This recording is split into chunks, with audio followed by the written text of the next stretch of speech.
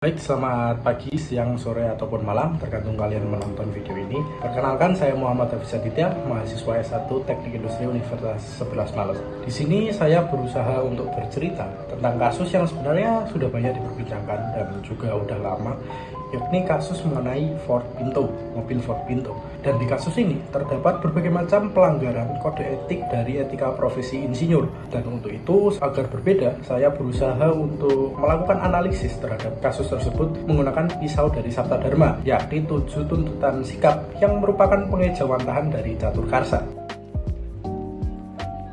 Bagi yang belum tahu, Ford Pinto itu merupakan salah satu tipe mobil besutan dari Ford pada tahun 1970-an. Masalah utama pada Ford Pinto sendiri ada pada desain tangki bensinnya yang berada di belakang mobil. Dan hal ini tentu memiliki segudang resiko yang menyangkut keselamatan dari penumpang. Dan desain ini sebenarnya dibuat agar bagasi dari mobil tersebut itu semakin besar dengan biaya yang tidak bertambah atau malah lebih murah. Akan tetapi ternyata desain tangki ini menimbulkan banyak tragedi yang memakan banyak nyawa manusia atau penggunanya.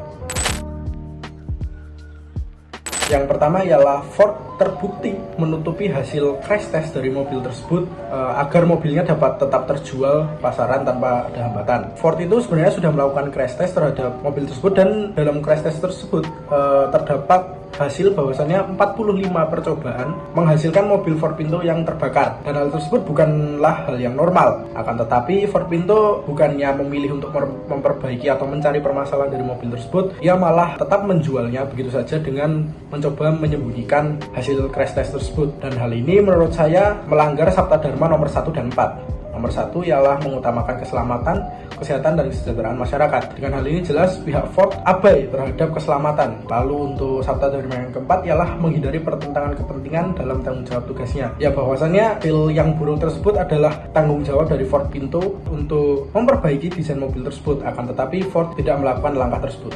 Lalu yang kedua, pihak Ford tidak memberikan perbaikan terhadap mobil tersebut.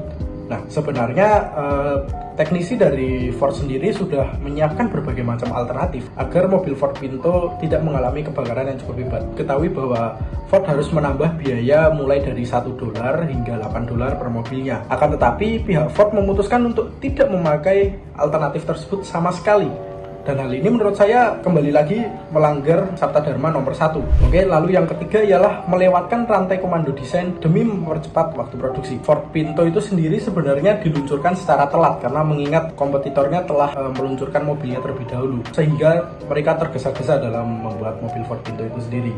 Jadi biasanya mobil untuk bisa diproduksi itu membutuhkan waktu sebanyak 3 hingga 5 tahun. Akan tetapi karena Ford yang berusaha ingin mempercepat laju produksi, mereka membuat mobil Ford Pinto tersebut dalam kurun waktu 25 bulan saja. Dan hal tersebut membuat berbagai macam pertimbangan utamanya keselamatan jadi diabaikan, karena ya mereka berusaha untuk agar produknya jadi dengan tepat waktu, dengan cepat, dan dapat dipasarkan begitu saja. Menurut saya sendiri melanggar Sabta Dharma nomor 2, yakni bekerja sesuai dengan kompetensinya, di mana sebenarnya pihak Ford itu tidak mampu untuk memproduksi mobil secepat itu. Poin yang keempat ialah sebenarnya ini secara overall Ford itu membuat citra yang buruk terhadap industri mobil pada saat itu. Seakan-akan terdapat pikiran dari konsumen bahwasannya industri mobil itu hanya memikirkan tentang profit saja, tidak memikirkan tentang keselamatan. Dan hal ini menurut saya melanggar 2 poin dari Sabta Dharma, yakni yang pertama ialah poin kelima, membangun reputasi profesi berdasarkan kemampuan masing-masing.